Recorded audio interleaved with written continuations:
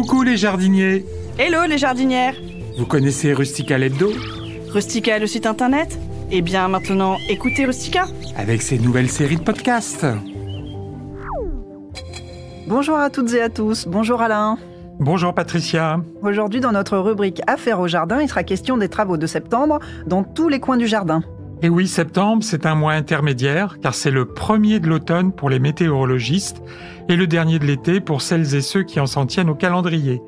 Il correspond à une période très active au jardin, même si certains jardiniers ont tendance à vouloir lever le pied, ou plutôt la binette, la pelle et le râteau, sans oublier l'arrosoir, surtout cette année. Mais, car il y a un mais, les travaux de jardinage sont très nombreux pour celles et ceux qui ne baissent pas les bras. Comme au mois de mai, il faudrait être partout dans le jardin pour récolter, arroser, entretenir, nettoyer, préparer les espaces pour semer ou planter, protéger les plantes frileuses. Alors au balcon et sur les terrasses, arroser régulièrement dès que le substrat des potées sèche en surface. Si les nuits sont fraîches, arrosez plutôt le matin. Soutenez les floraisons des potées et des jardinières en continuant les apports réguliers d'engrais organiques liquides. Surveillez les bonsaïs d'extérieur qui ne doivent pas manquer d'eau par temps sec ni être noyés après une forte pluie. Éliminez les fleurs fanées régulièrement pour favoriser l'apparition de nouvelles floraisons dans les potées et les jardinières. C'est aussi le moment de fleurir le balcon et la terrasse avec des mini-cyclamènes, des astères, des bruyères d'automne, des véroniques arbustives et des grands sédums. Apportez davantage de couleurs en ajoutant des potées de piments d'ornement ou de pommiers d'amour. Beau programme. Au jardin d'ornement, c'est le moment de planter les bambous. Arundinaria, Bambusa multiplex, Philostachys, Sasa, etc.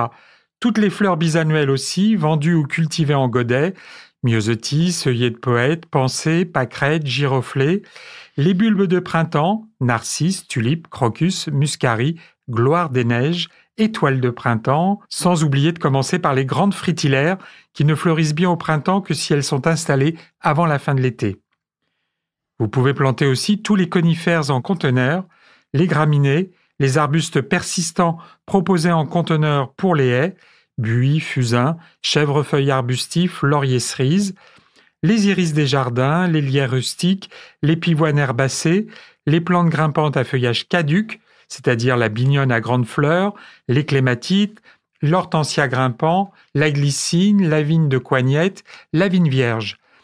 Les rosiers en conteneur et surtout toutes les vivaces proposées en godet ou en conteneur.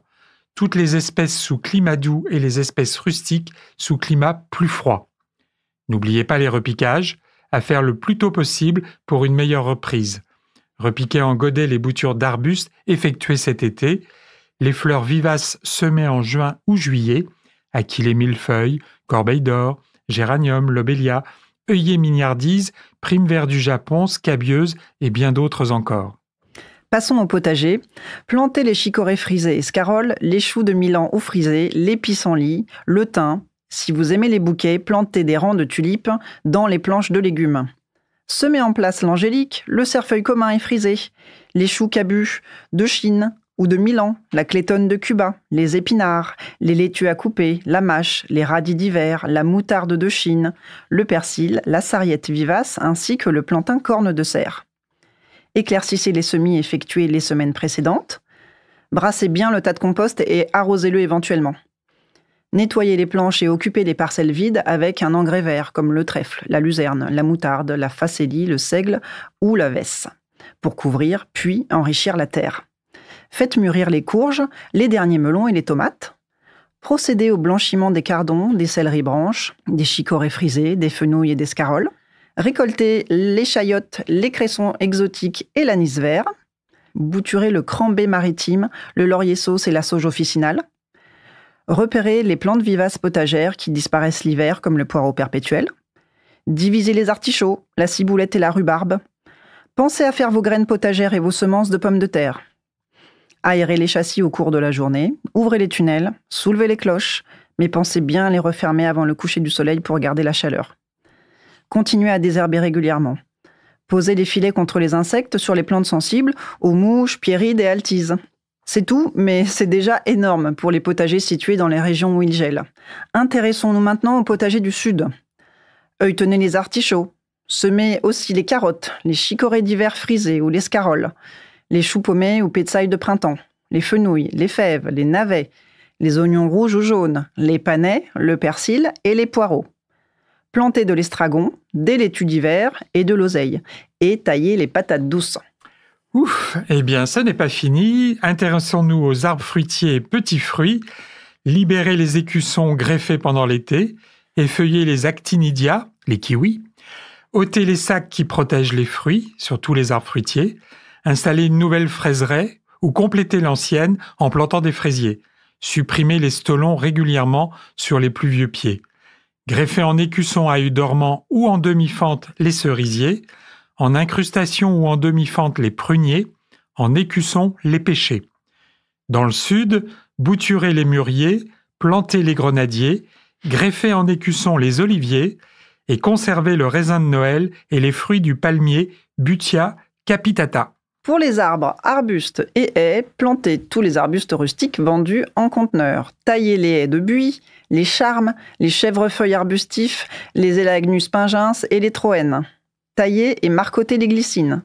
Bouturez les azalées japonaises, les aucubas, les chèvrefeuilles arbustifs, les berbéris à feuillage persistant, les faux cyprès, les cotonéastères persistants, les elaeagnus, les fusains, les houx, les genévriers de Chine, les ifs, les lauriers palmes, les magnolias caducs, les nandinas, mahonia, osmantes, les pernecias, les photinia et pyracantha, les santolines, les skimias, les sureaux, thuias, viornes persistantes et les végélias. Greffez en incrustation les azalées mollis et les rhododendrons, et en plaquage les céanotes, les cèdres, les épicéas bleus, les lierres et les sapins. Bouturez vos variétés de rosiers préférés. Pulvérisez de la décoction de prêle sur les rosiers. Enfin, dans le sud, bouturez les coprosmas, les euryops, les lagunaria patersoni, les olearia et les leptospermum. Plantez les frémontodendrons, les jasmins et les faux jasmins. Récoltez les graines de ces alpini de Gilles, récoltez et semez les graines de faux poivriers. Retaillez les lavandes. Et pour la pelouse, eh bien, continuez à éliminer les mauvaises herbes. Tondez le gazon le moins souvent possible en effectuant une tonte haute. Recyclez les tontes de gazon soit en les utilisant comme paillis en couches minces, soit en les incorporant au tas de compost. Arrosez le gazon si le temps est sec et semez une nouvelle pelouse si le temps, lui, est plus humide.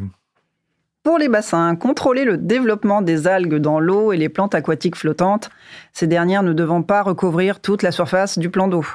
Filtrez et aérez l'eau, surtout par forte chaleur et temps orageux. Vers la fin septembre ou le début du mois d'octobre, hivernez sous abri les plantes exotiques installées dans le bassin pendant la belle saison, comme les Cyperus papyrus et jacinthes d'eau. Pour les outils et le matériel et les meubles de jardin, il faut aérer la serre ou la véranda le plus possible quand il fait beau dans la journée, en veillant à la refermer avant le coucher du soleil. Nettoyez et rangez la serre ou la véranda pour pouvoir y rentrer progressivement toutes les plantes frileuses dès que les températures baissent en dessous de 10 à 12 degrés. Ne tardez pas avec les hibiscus roses de Chine, notamment qui sont particulièrement frileux. Pour les plantes d'intérieur, rentrez les plantes installées dehors pendant la belle saison. Donnez le maximum de lumière aux plantes d'intérieur, mais laissez les rideaux derrière les fenêtres dans la journée pour protéger les feuillages du soleil toujours chaud, au moins pendant la première quinzaine du mois. Continuez à donner de l'engrais aux plantes qui n'ont pas été rempotées et un engrais riche en azote pour les plantes au feuillage décoratif qui ne fleurissent pas. Préférez un engrais riche en phosphore et potasse, comme les engrais pour géranium ou tomates, pour toutes les espèces à fleurs.